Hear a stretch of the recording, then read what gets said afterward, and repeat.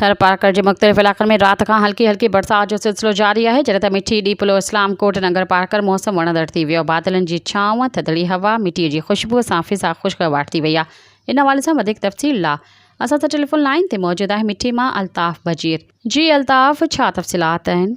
जी बिल्कुल, थर जे मुख़्तलिफ़ इलाइक़नि में रात खां हल्की हल्की बरसात जो सिलसिलो जारी आहे। जॾहिं त मिठी ऐं डीपलो इस्लामकोट नगर पार्कर मौसम वणंदड़ थी वियो आहे। बादलनि जी छांव ऐं थधड़ी हवा ऐं मिटी जी ख़ुशबू सां फ़िज़ा ख़ुशगवार थी वई आहे। माण्हू ॾाढा ख़ुशि थी विया आहिनि। जानवरनि लाइ बि राहत जो माहौल थी वियो आहे ऐं हारियुनि जा चहिरा ख़ुशी सां चमकण लॻा आहिनि। हीउ वसकारो न फ़क़्ति ज़राअत लाइ उमेद आहे, पर थर जी फितरी सूंहं बि ॿीहर जाॻाए छॾियो आहे। थर जो वसकारो ऐं कारूंजर जा दिलकश नज़ारा त वाक़ई कंहिं जन्नत खां घटि न आहिनि। सराए थर जे हसीन मौसम कारूंजर जी सावक सियाण लाइ कुदरती दावत आहे।